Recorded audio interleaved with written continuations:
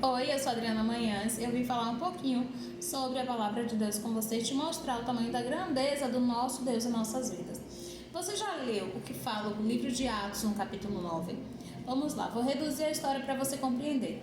Conta a história de um homem chamado Paulo, conhecido também como Saulo.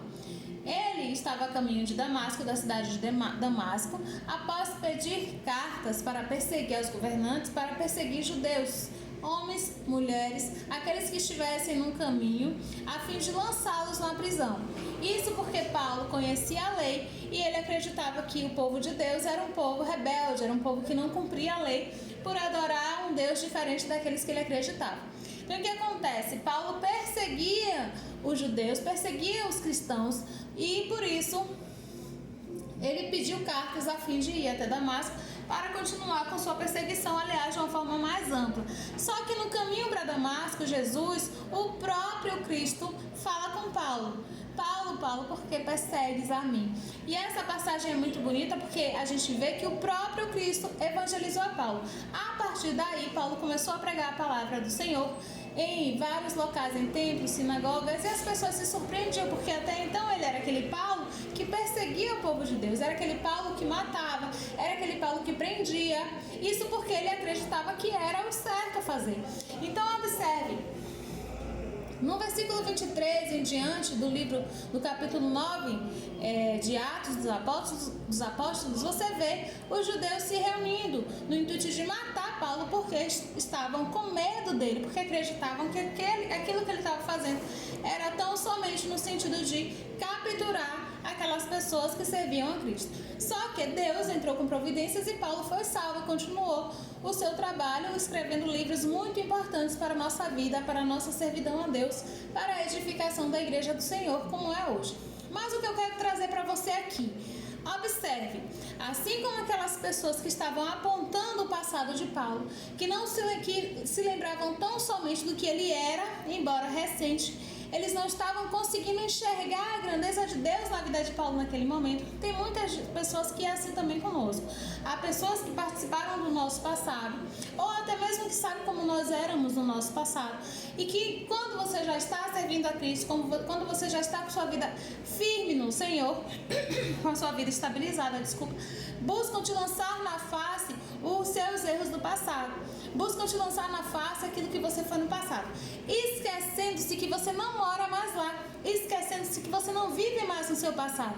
Mas observe, o próprio Deus fala na Bíblia que quando a gente se arrepende e pede perdão a Ele lança no mar do esquecimento os nossos pecados, que Ele faz nova todas as coisas. Então as nossas vidas, quando a gente aceita Cristo, quando a gente entende que Ele é o nosso Senhor e Salvador, quando a gente compreende que nós precisamos viver em humildade, em mansidão, em servidão a Deus, com o coração reto na presença dEle, o próprio Deus, Ele faz de nós pessoas novas.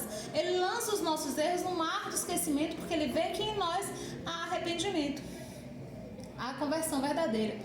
Então não se deixe abater, não caia, não tenha medo daquelas pessoas que vêm de lá do seu passado te acusar.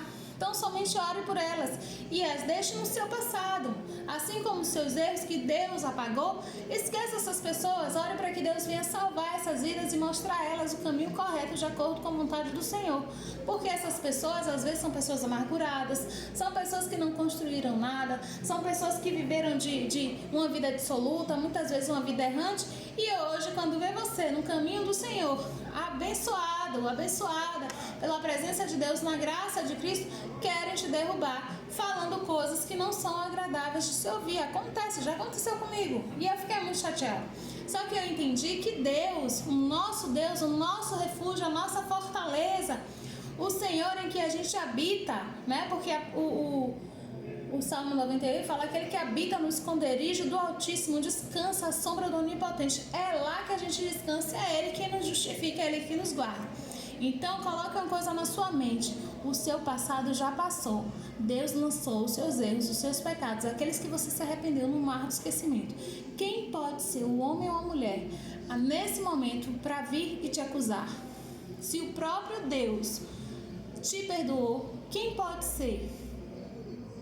Então guarde seu coração no Senhor, ore por essas pessoas, pois assim como os judeus fizeram com Paulo lá, que tentaram ainda, tramaram planos no sentido de matar, muitas vezes a pessoa sente tanto ódio de você pelo que você se transformou. Ah, mas ele não valia nada, ah, mas ele não prestava para nada, ah, mas ela era assim, era assado, mas hoje tem visto a graça de Deus na sua vida, tem tanta raiva, tomada por tanta inveja, se deixam usar pelo inimigo para tentar te atingir, mas o nosso Deus, aquele Deus que a gente serve, aquele Deus que a gente busca ser fiel, Ele nos guarda, Ele nos protege, Ele nos livra e é Ele que justifica as nossas vidas. Então, guarde seu coração no Senhor, prossiga no caminho que é Cristo, buscando o alvo que é o céu, tendo a certeza de que se você continuar firme, esquecendo dessas coisas que já passaram, olhando para o Senhor, tudo irá bem. Amém? Que Deus abençoe a sua vida, a sua família, em nome de Jesus. Permaneça firme em Cristo, que em breve, eu creio, que nós estaremos na glória com Ele. Deus te abençoe, em nome de Jesus.